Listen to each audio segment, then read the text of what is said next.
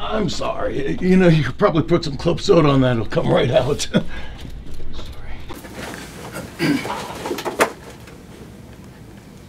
Thanks for joining us, Bill. Tom here is our SharePoint admin. I was just telling Tom that you're our first SharePoint admin before you moved up. See, Tom's going on family leave starting next week, and, well, they're expecting a girl. And I need you to shadow Tom this week so you can take over when he's gone. Now, I know you managed SharePoint a few years back, so it should come to you pretty quickly.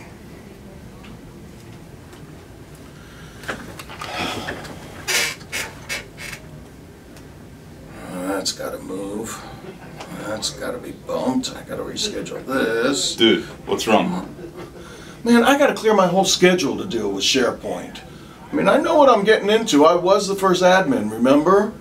I mean, it was just endless. Recovering files and re-giving permissions and remembering that, oh man, my files are missing. My SharePoint's too slow. I mean, look, I know SharePoint can do a lot, but the workload is outrageous. Okay, first, you need to switch to decaf. Second, things have changed since you were here. There's a better way now. We've got a couple of Metalogix tools that have made managing SharePoint a lot easier. Check out my inbox, I'll show you. Okay, it looks like I have a request here to split a large list into something easier to manage.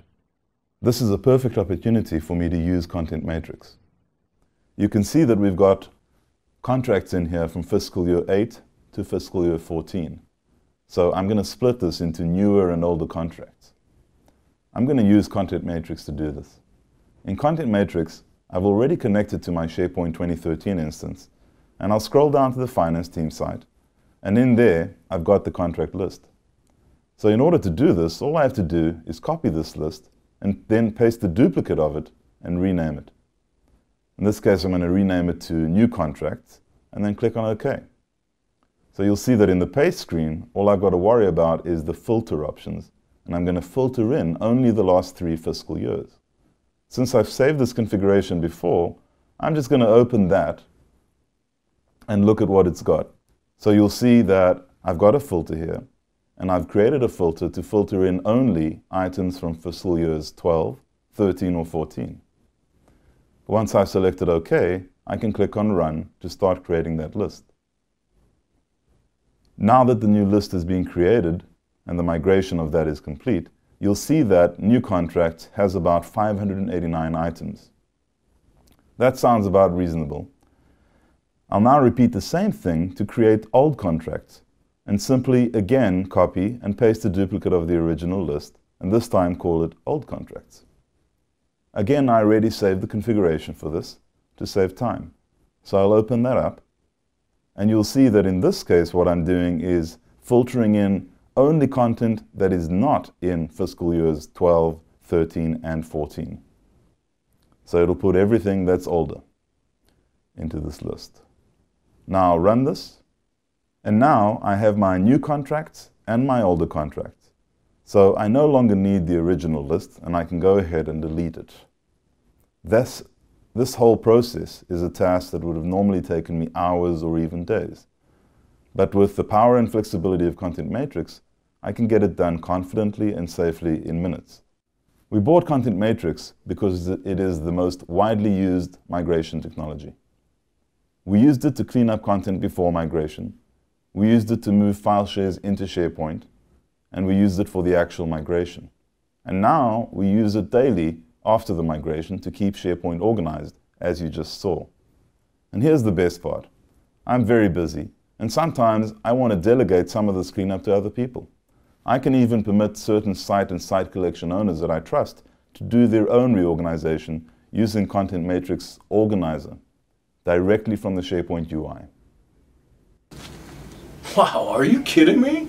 That would have taken me over an hour to do with out-of-the-box tools. Right? We bought Content Matrix to migrate to SharePoint 2013, but it's the gift that keeps giving. We use it every day now to keep SharePoint sites organized. Let's see what else we have in my queue.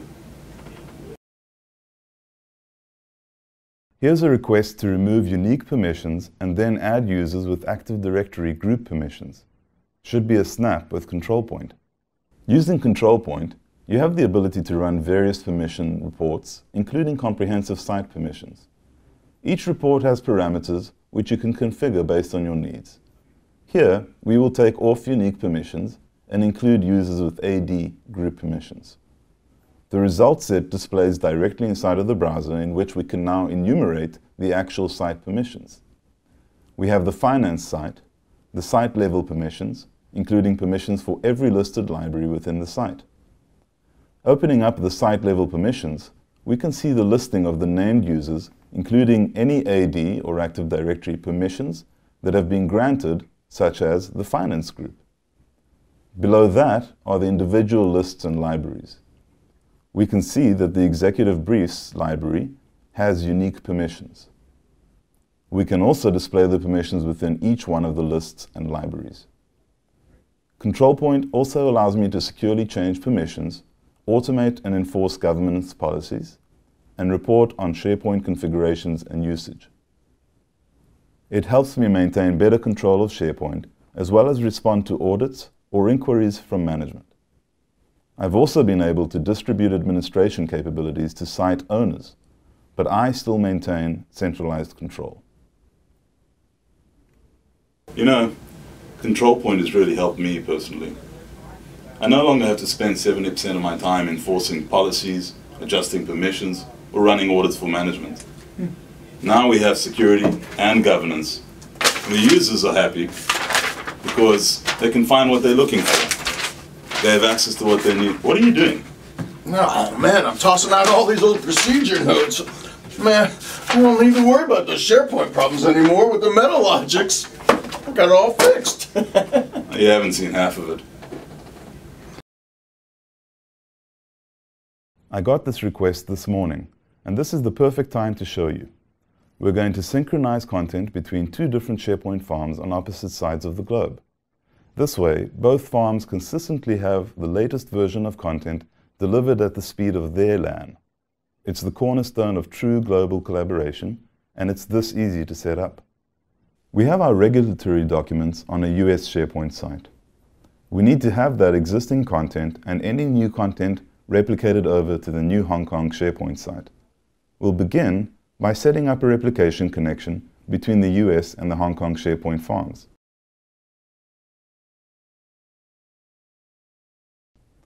The Hong Kong farm is running SharePoint 2010, but we can still sync with the US farm, which is running SharePoint 2013.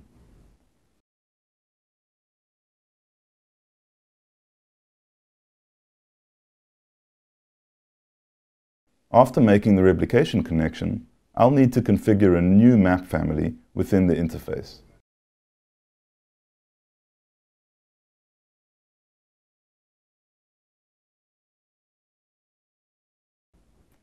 Now that the map family has been created, I'll need to queue the replication of the existing US data over to the Hong Kong data. In the interface, I can go down to the website level and specify the queue of the replication.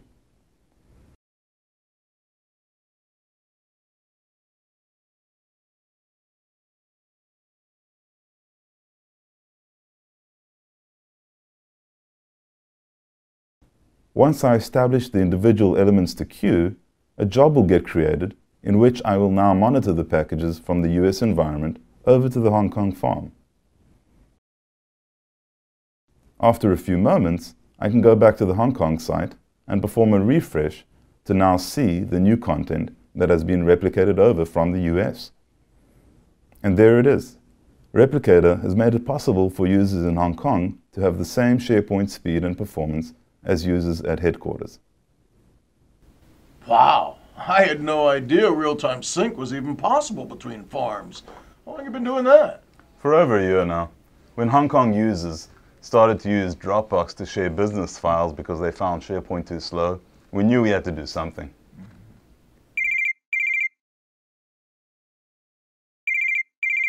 Uh-oh, the alarm.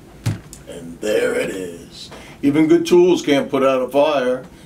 Let me guess. That was some VP who's calling because, what, he got a page not found or something? Actually, that was my favorite tool giving me the heads up that there might be a problem. Users haven't seen an issue. And thanks to Diagnostic Manager, they won't. Let's see what's up. I just got a notification to my mobile device telling me that I've got some unusually high memory utilization on one of my servers named SharePoint 2013B. This is a server that we're testing on right now, so it's a perfect case study to introduce you to this tool. The alert came from Metalogix Diagnostic Manager, so I'll use that application to see more detail into what's happening. I got the alert because I had previously configured Diagnostic Manager to respond to alert triggers, and I've got it set up to send an email to me whenever alert conditions arise. My mobile device is also set to recognize alert messages received from Diagnostic Manager as high priority, and that's why you heard an alarm. So the first thing I'm going to do is select the server noted in the alert, SharePoint 2013B, and now we can see that there are some critical alerts. I could view individual alerts by clicking on the critical buttons, but since there are several, I'll click on Active Alerts from the ribbon. And now I can see a status breakdown of all the different alerts that have been thrown for this specific server. The one that really jumps out at me is memory usage is high, which is showing 93% memory utilization. Now, when I double-click on this alert, it's going to open the full details, including a chart that shows memory utilization against the warning and critical alert levels that I defined previously. You can see here that when memory utilization crossed over 90%, the alert was triggered and sent to me. Diagnostic Manager is the only purpose-built monitoring tool for SharePoint. It provides all the information I need to troubleshoot a problem. Look, it even has a knowledge base article on the nature of this problem and some common causes or resolutions. Diagnostic Manager also includes historical trends analysis, which is what we use to decide when we need additional servers to support workloads. You know, what stuns me is how little SQL storage you guys use. Must be that all the users with big files use Dropbox to get around the limitations. Wow, wrong and wrong. StoragePoint allows us to store the data outside of the SQL Server database. We're no longer bound by SharePoint's limitations. You mean you can store files greater than 2 gig in SharePoint? No way. Yes way. We can store files of any size.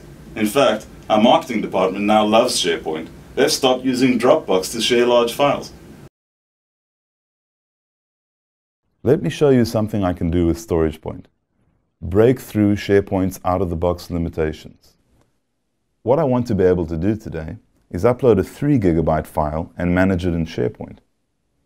And I would like all blobs to be stored outside of SQL so that my content database remains small, SharePoint is fast, and I can use cheaper file storage. So to do this, I'm going to go under the Metalogix StoragePoint menu, here underneath General Settings. The first thing I want to do here is go ahead and enable large file support so that any content greater than 2 gigs can be added to the SharePoint document library if it falls underneath the active scope of any of the storage profiles we've created. I'll simply enable that, and we'll hit OK and go down to the bottom here and save it. Then we're actually going to go in and create one of those profiles, which are just going to define the rules and policies of where our content is being stored. We'll create a new policy here. I'll give it a name, and I'm going to choose a particular web application instead of the content database scope. Then choose my Office's web app here. Next, it's asking me if I want to externalize my content blobs. Then I have my endpoint selection here. I can store blobs on affordable storage such as SAN, NAS, or cloud storage services. So if I choose synchronous, this change is going to be made immediately, or if I choose asynchronous, it's going to happen after the SharePoint list has been created. By selecting asynchronous, it is going to allow me to select additional filters on the profile endpoint configuration dialog. So if I choose to add the endpoint, Here, we can see we have those additional filters. So I can choose that if it's filtered on a file size, I can specify that it's greater than or less than a specified number of kilobytes there. I can include or exclude particular file types, as well as including a hierarchical scope to include or exclude particular sites. Then here, I can decide how long we're retaining our own used blobs for. So, how long will StoragePoint retain them after SharePoint's finished with them? Enabling single instancing, as well as enabling our last access retention date. Then we have additional settings here, so I can back up the blobs or back up the database. Again, these are granular. I can decide how often I'd like them to occur. Then choose to actually run the job, and then save it, creating the profile. So underneath that particular web application, the Office's web application I selected, the large files upload button will be enabled. Using StoragePoint has shrunk our content database by over 90%. SharePoint performance has improved, and backups are faster. And I've been able to give users the storage capacity they need without having to spend a fortune on expensive Tier 1 database storage. Well, I'm convinced. You've definitely shown me a better way to SharePoint. Now all we need is something that will help the users help themselves. Then we're all set. Funny you should say that. Let me show you why backup and restores will take on a whole new meaning for you.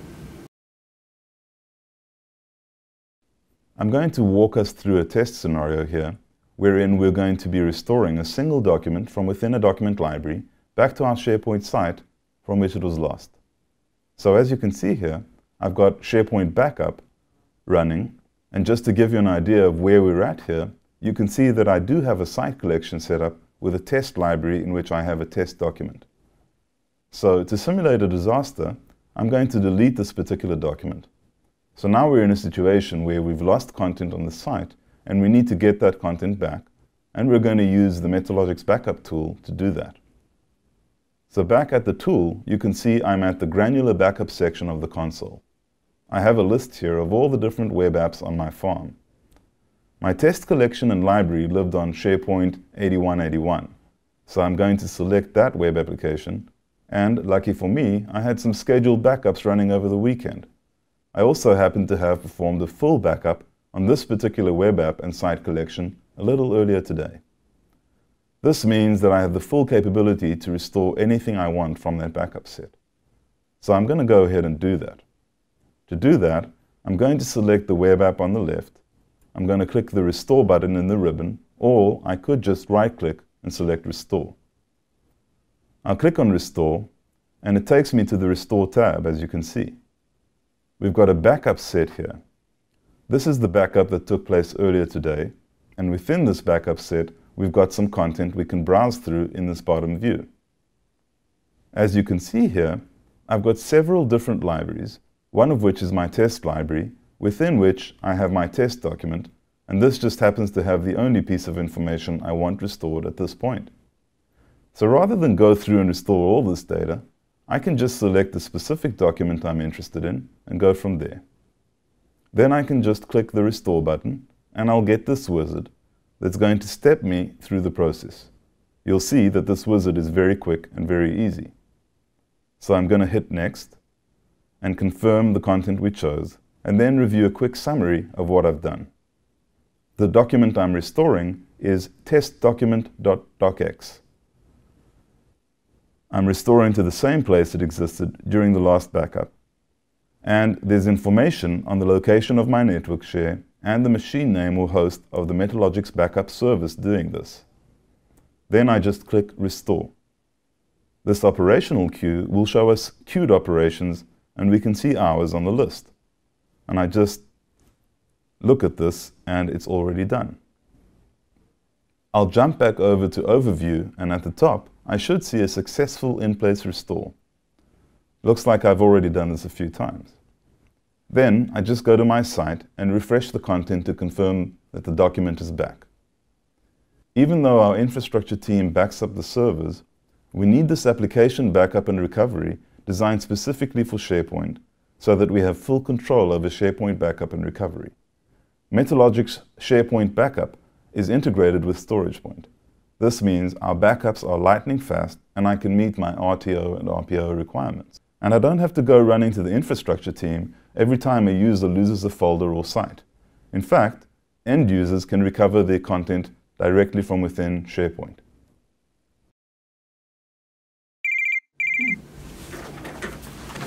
Another alarm? Oh yeah, my wife's in labor.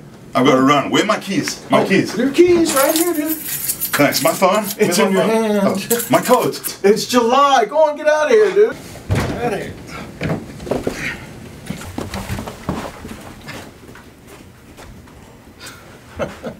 That guy is a mess. But that's cool.